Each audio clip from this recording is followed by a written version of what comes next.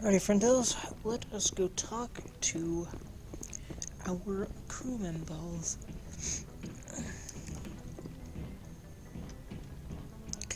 Sorry, with Mr. Presley at her.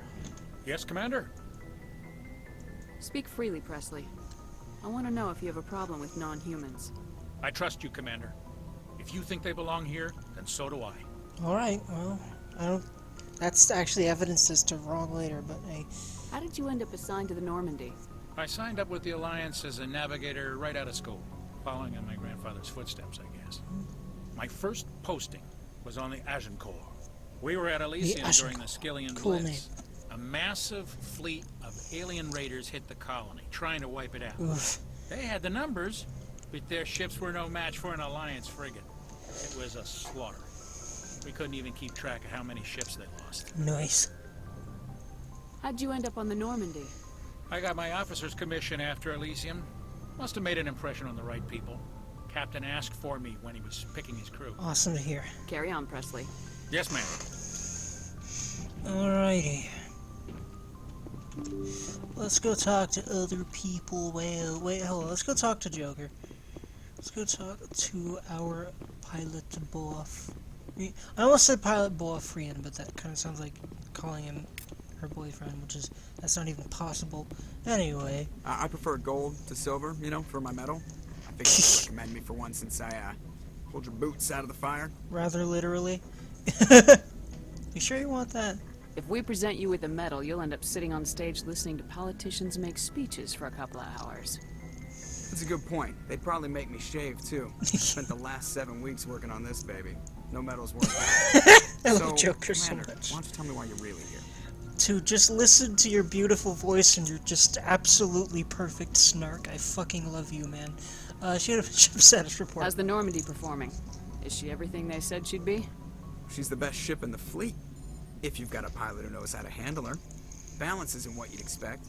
Takes a while to get used to that oversized drive core we got stuffed in the back, and her power can sneak up on you if you're not careful. Yeah. The Normandy's probably too much ship for your average Alliance pilot, Commander. Lucky for you, I'm anything but average. Oh, why don't you just make that high horse of yours even taller then? Alright then.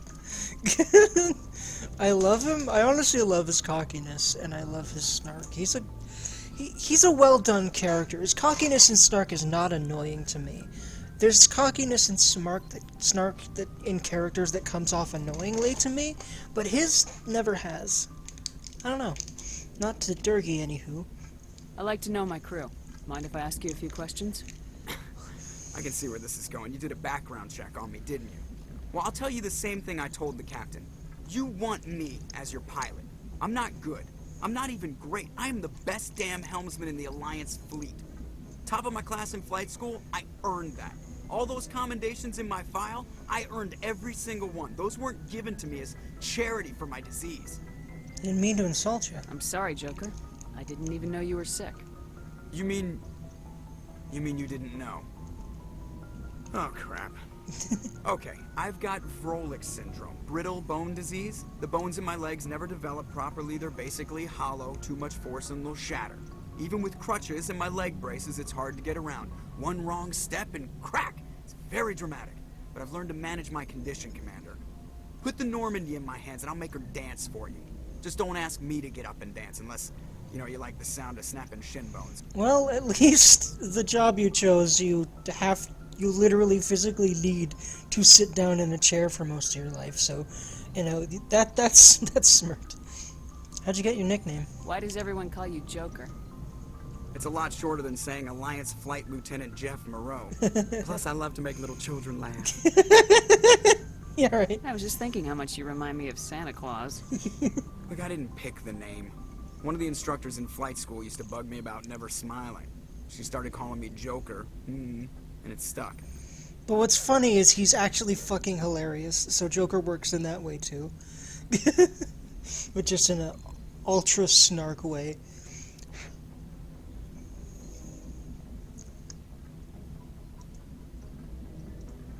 Why didn't you ever smile? Because now I you worked do. my ass off in flight school, Commander. The world's not gonna hand you anything if you go around grinning like an idiot. By the end of the year, I was the best pilot in the academy. Even better than the instructors, and everybody knew it. They'd all got their asses kicked by the sickly kid with the creaky little legs. One guess who was smiling at graduation.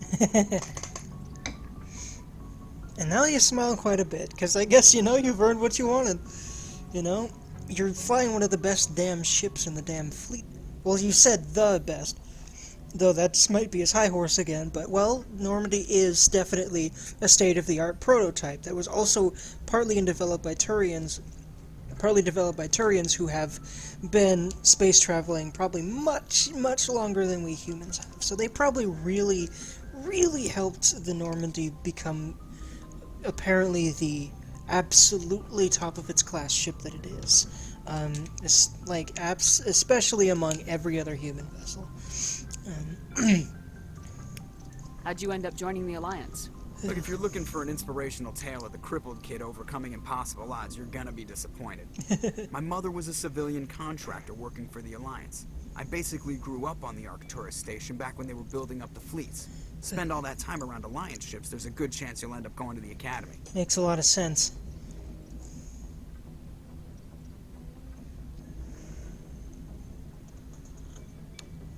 Alrighty, that's enough of Joker for now. She doesn't want to pry too much in his disease right now.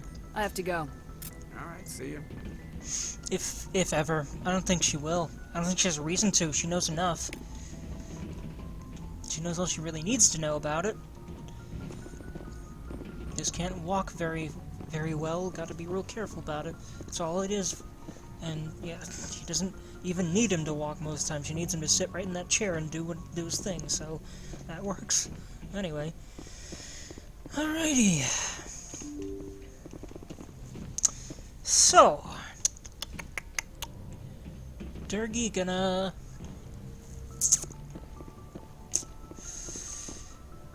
I'm just thinking, making sure I'm going through everyone. Like Kidden, hello.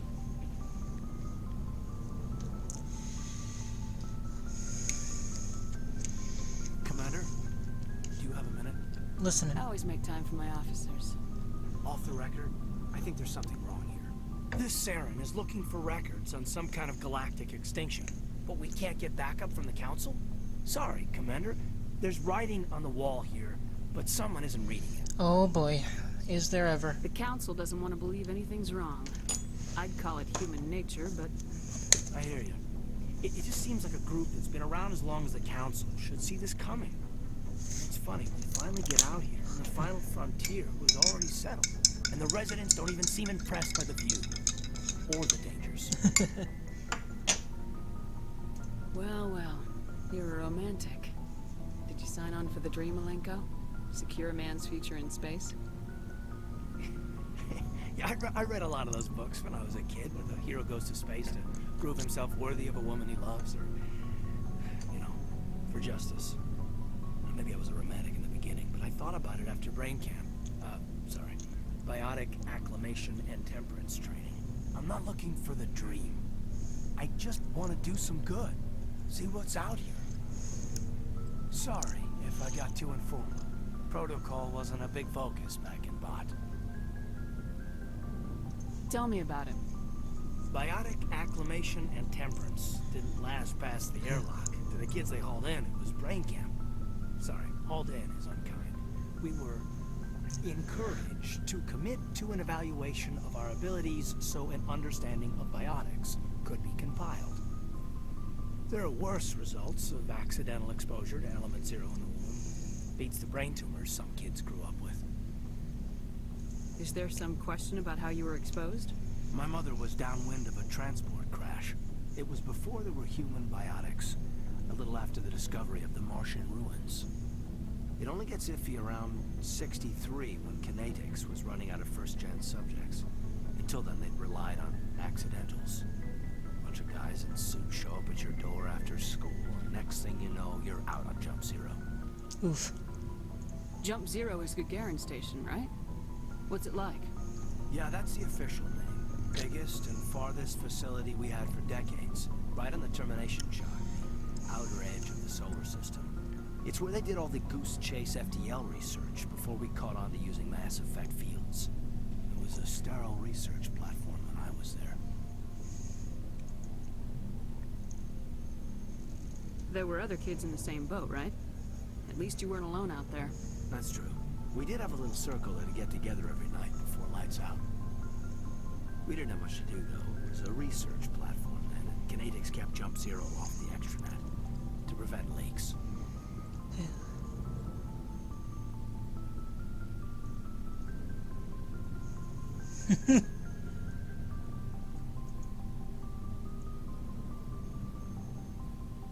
I'm really curious about that one, but okay. You know of any intentional exposures for certain? No one knows. Doesn't mean they didn't happen. As big as the exposures were, it was hard to track down accidentals. It was different then. No one knew the potential, so there wasn't a lot of regulation. Anything Canadics did was gold. Hmm. I'm not saying they intentionally detonated drives over our outposts, but in retrospect, they were damn quick on the scene. That's true, that makes a lot of sense, and seeing all this background about biotics, I really appreciate this whole, Caden giving you all of this insight into, the corporation Canadics, and it makes a lot of sense that, human corporations and in sort of this near-future-y kind of scenario would have this kind of reaction to discover there were, humans with the kinds of abilities biotics gives you, I mean, of course corporations would be on that shiznit. Now,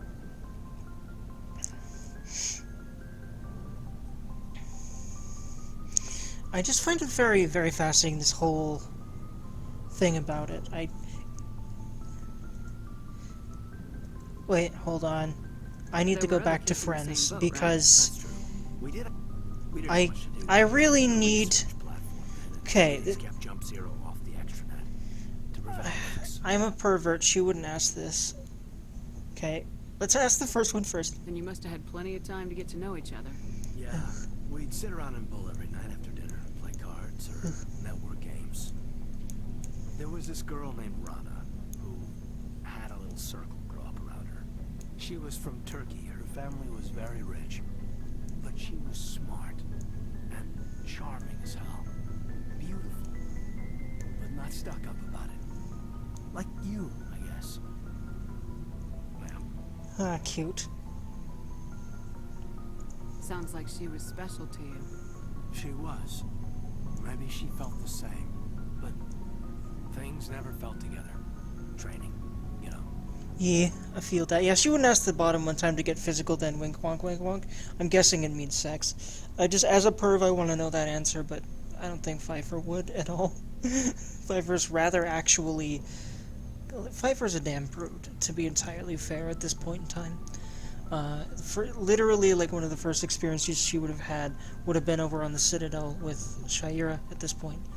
And before then, it would just, with humans, she was dating when she was trying to date and fit into society by dating, but then she stopped trying to date, and then the Shaira thing just kind of happened, and it was it just kind of changed the whole way she looked at sex, and she's gonna actually become a rather sexual person, but it's gonna happen slowly. Anywho. Jump Zero's a long way from home. What was it like?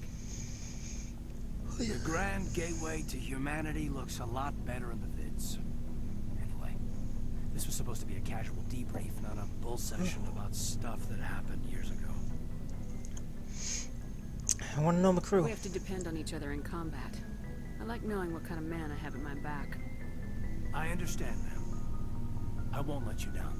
You, make a habit of getting this personal with everyone? To some degree, yeah. Of course. But I don't enjoy it with everyone.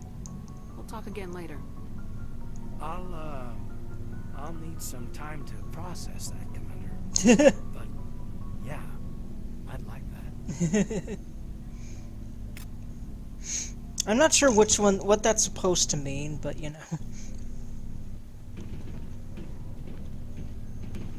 I guess that's supposed to mean I don't really enjoy talking to you, friend. That's kind of mean, but I feel like that's what it means. I don't want to get flirty with him. She has turned gay. She's turned Asari sexual. The only person she's kind of feeling maybe it's, possible thing with right now is Liara, but yeah, that's real iffy right now. For sure. Like, she doesn't even know if Liara would have any interest in her. Well, okay, she does have interest in her. And because Liara is really interested in how she came to know the Protheans, Shepard's thinking, maybe something's possible there. Either way, she thinks Liara is absolutely beautiful, like, in a different way than Shaira. It's more of a reserved beauty, but it definitely appreciated. Anywho, wait, I don't think I talked to Choco, so I don't think really in Mass Effect 1 there's much to talk to her about. I'll probably go back up and talk to her later in a little bit, or at some point that I remember. And I feel like she wouldn't talk to Rex often, because Rex's bluntness is not too much her thing. Shepard's thing. Ashley neither. I think the only person she'd really have a really good, chance at talking with a lot is Garrus over here, so let's talk to him right now. Yeah, and Tali. She's starting to realize she mostly wants, like, just because Caden's nice and very professional, she likes to be around her, and then around him, oops. And Rex, I don't know. Right now I just want to talk to Garrus and Tali, so let's do that. Command, how are you? Why did you want to be a C-Sec officer in the first place? That's a good question. There were several reasons, I guess. Like what? Probably the same as most officers. I wanted to fight injustice, wanted to help people. I guess my father had something to do with it too. He was C-Sec, one of the best. I grew up hearing about his accomplishments or seeing his picture on the vids after a big arrest. He's taking my resignation pretty hard. That's tough. But you'd think he'd be impressed you're going after Saren. My father's a C-Sec man to the bone. Do things right or don't do them at all, he says. He thinks I'm being too rash, too impatient. He's worried I'll become just like Saren. He actually talked me out of becoming a Spectre when I was younger, for the same reasons.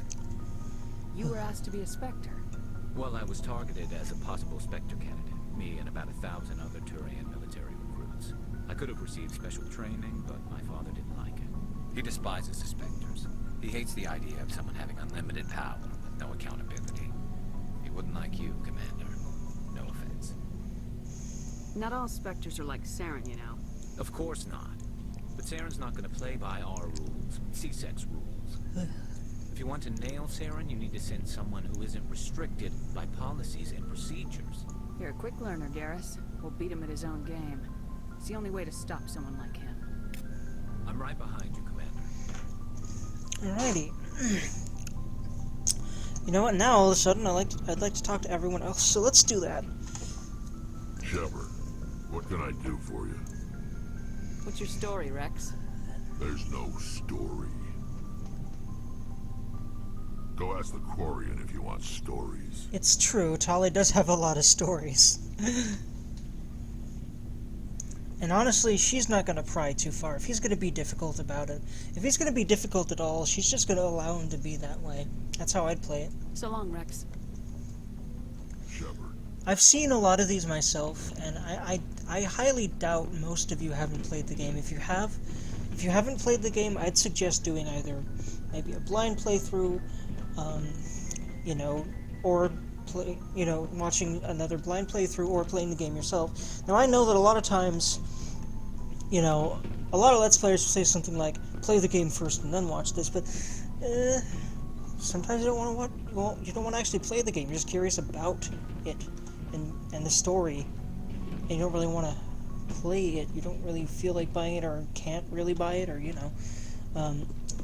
for me, I love getting other people's first take on games that I'm kind of iffy about or that I'm interested in, or but I don't know if I'd actually sit down and play because of the gameplay and the way that it's played, but I might be interested in seeing someone else play it. There's plenty of games that have been like that for me. In fact, multiplayer games are like that for me. I'm a single-player game person, but I still love watching people play online games, Anywho. Something I can do for you, Commander. Let's see. Have I talked about this stuff with him? I don't know. Carry on, Adams. I think he doesn't have anything new, so I'm just gonna not talk to him. By the way, does Tali have anything new to say? sound down. Are you okay? I don't know. Your ship is amazing, and your crew's been really great to me. Especially your chief engineer. But I just sort of feel out of place. The Normandy runs so smooth, it feels like we're not even moving. And the engines are so quiet. How do you sleep at night? That makes a lot of sense. I mean, she'd have enough to know that if she's talking like this, Quarian ships must be loud boys. If that's what you're used to, then of course it would be different to like, literally, there's tons of people who have this same kind of issue that I'm aware of. Like, people that are used to sleeping in cities where there's usually a good amount of noise outside your window, you know? But then you move to somewhere quieter, and it's harder to sleep. I've been like that before. So it's a similar thing. That'd be very clear to Pfeiffer that it's that sort of issue with her, and that it makes sense that Quarian ships would be much louder. There's a lot of Quarians per ship. They're big, old, noisy motherfuckers. So yeah, it makes sense. You'll get used to it. But it's more than just the silence. This ship feels so empty. It's like half the crew is missing. Again, much more Quarians per Back ship. home, I couldn't wait to go on my pilgrimage. I couldn't wait to get away from the crowds. Now that I'm out here, I kind of miss them. You're homesick. Sometimes we don't appreciate what we have till it's gone. That's true. I'm starting to wonder if that's what the pilgrimage is really about. It's given me a whole new perspective on my people and our culture. You know, there's always a few who go on their pilgrimages and never return. I always assumed something bad happened to them. But maybe they just wanted a different life. That makes a lot of sense. You do plan to return to the migrant fleet, right? I could never abandon my people, Shepard. I will go back eventually. But we have to stop Saren first. Otherwise, I might not have a home to go back to. That's very true. By the way, Tally's voice actress, let's give her a round of applause, because goddamn she's good. Her intonation, the accent, just spot on. Anyway, I love her. Alright, so, I think I'll leave it there for now. I should go. See you later. Oh, you know what? Wow. I didn't talk to Liara. I need to go back up to the infirmary and talk to Liara. I bet a lot of you were wondering, okay, what the fuck is Dirk not doing? He was so excited to have Liara here, but then he didn't talk to her, because I forgot she was in the freaking infirmary in the back. Hurdy-durdy-dur. Let's do that before I forget. Yeah, I know I'm kind of... Wait, hold on. I think I just talked to everyone. Yeah, I did. Alright, cool. So, we're good. Anyway, but yeah, I feel a bit dumb. Wait, hold on. Is there anyone in here? I forget. Oh yeah, this is our room, isn't it? Yeah, this was Captain Anderson's cabin, and now it's ours. And what's funny is this room is literally nothing, but your cabin in 2 and 3 actually feel like a home. I love the touches they put there. 2 and 3 have some of the most immersive environments. Now this game does in its own way too, but they really stepped up the immersion and this feels like a lived-in place thing. They really did a fucking good job about that. You know, in 2 and 3. And I'd say 3, that's one of the things that 3 does wonderfully, is the lived-in place thing. Very well. Anyway, and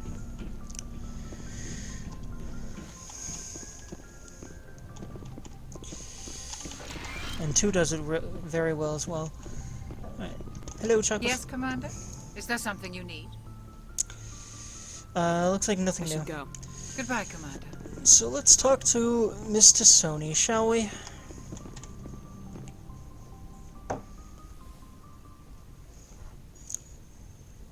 I never properly thanked you for saving me from the Geth, Commander. If you hadn't shown up, I'm just glad we got there in time. So am I. I know you took a chance bringing me aboard this ship. I have seen the way your crew looks at me. They do not trust me. But I am not like Benezia. I will do whatever I can to help you stop Saren. I promise. Don't worry, Liara. I trust you. I know you won't let me down. It means a lot to hear you say that, Commander. Thank you. Ah, cute. I love her. I love them. Oh my god. Shadow Broker in Mass Effect 2. If y'all have any idea what continuation of Lara's romance is in that, it makes this so great. You know, when I helped to design Replica, I'm going to design an RPG like this someday. It's going to be a Western style RPG. It might, I don't know what the mechanics are going to be like. I don't know what kind it's really going to be, but it's going to be a pretty accessible sort of open world type of affair, just like this, or in that way.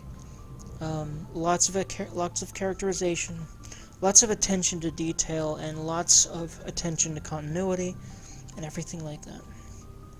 I'd like to talk about you. Tell me about yourself, Liara. Me? I am afraid I am not very interesting, Commander. I spend most of my time on remote digs, unearthing mundane items buried in long-forgotten Prothean ruins. You must enjoy something about it. I love my work. Seeking out history's lost secrets has a special appeal for me. You were actually touched by working Prothean technology. That is why I find you so fascinating, Commander. Ah, cute. By the way, her comment there, she reminds me a lot of myself. I think that's probably why I love her so much, because this is me right now. She would much rather be alone and do her work. Me, I would much rather be alone and work on this YouTube stuff right now. Work on streaming, game, write, go on YouTube and be inspired by the people who are doing the kinds of things I love doing for a living, and try to do that myself. And I started to realize that, you know, whilst I do like talking to friendos, I definitely don't want any kind of romantic relationship right now, and I feel like for a while I'm gonna need to be on my own and continue to work at this stuff. I am at my happiest when I'm doing this kind of thing, I've noticed. So, regardless, let's continue. Sounds like you want to dissect me in a lab somewhere. What? No, I did not mean to insinuate. I never meant to offend you, Shepard. Huggy. I only meant that you would be an interesting specimen for an in-depth study. No, that's even worse. Huggle. Calm down, Liara. I was only joking. Joking? Oh, by the goddess, how could I be so dense? You must think I am a complete and utter fool. This is literally now you know me. why I prefer to spend my time in the field with data disks and computers. I always seem to say something embarrassing around other people. This the Please, Durgan. just pretend this conversation never happened. Huggle. Huggle for Liara. Wheel. I'd like to know more about the Asari. We were the first species to discover the Citadel. We were instrumental in forming the Council, and we always strive to be the voice of peaceful cooperation in galactic disputes. My people believe we are all part of a single galactic community. Each species contributes something to the greater whole. Although we seek to understand other species, it seems few of them seek to understand us. The galaxy is filled with rumors and misinformation about my people. It's very interesting, because their culture is very open and very expansion-centric. Very much so. And it's interesting because it goes right down to their physiology. They literally can reproduce with a member of any other sentient species. No other species can do that in this universe that I'm aware of, anyway. And I don't think there's anything like that in this universe. But it's interesting because right down to their physiology, they're able to explore and to do things that other species cannot. And I think that is why they just have this natural just drive to expand and to explore. It's very interesting that, you know, a lot of I'm guessing every other species does not have as much ability to embrace the unknown as they do. It's very interesting. Like they put it, like she put it right here, we seek to understand other species, though it seems few of them seek to understand us, at least as much as Asari naturally seem inclined to understand other species. It's very interesting. I always thought that was really great and cool and interesting about Asari, to have a species that's like that, because humans aren't like that. Humans tend to be rather close-minded, and I think that's just a protection mechanism, but you can of course unlearn that, but it takes desiring to do so above desiring to stay that way, and many of us tend to want to stay that way. It's interesting. Rumors. Like what? Most of the inaccuracies are centered around our mating rituals. My species is monogendered. Male and female have no real meaning for us. We still require a partner to reproduce. This second parent, however, may be of any species and any gender. I don't understand. Your species can mate with anyone? Mating is not quite the proper term, not as you understand it. Physical contact may or may not be involved, but it is not an essential element of the union. The true connection is mental. Our physiology allows us to meld with other beings. We can touch the very depths of their minds. We explore the genetic memory of their species. We share the most basic elements of their individual and racial identities. We then pass these traits on to our daughters. It is how we learn to grow as a species and how we develop a greater understanding of other races. By the way, I also really need to give kudos to Liara's voice actress. I really like a lot of the voice acting in this game. Very on point. Very, very on point. What happens to your partner after the union? Every relationship is different. Some unions are a single encounter with both parents parting ways afterwards. Others can be more long-term. Sometimes an Asari and her partner will stay together for many decades. I should go. Goodbye, Shepard. I think that's enough prying for now, but she's very interested in their race, of course. But she also needs to get going, or maybe that's more me wanting to continue on with things right now. But yeah, let's go back up to the CIC and let us decide where to go from there. I also like these parts of games, the openness, the ability to pick and choose what you're gonna be up to next. I'd really prefer these games never pigeonhole us, but in order to keep the narrative going, they kind of have to, you know,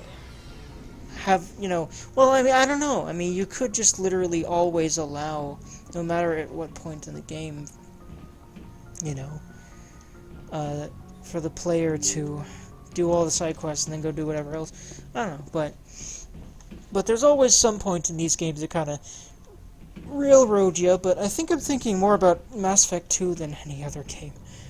That game seems ridden with a lot of points where it's like, well, you're forced to do this now because the collectors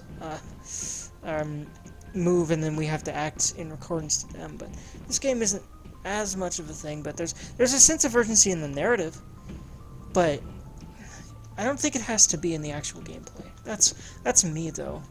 I'm sure there's people who think a bit differently about that, just like there would be people to think a bit differently about everything. That's a beautiful thing about human beings, me thinkle. Anywho, let's see what we're doing now.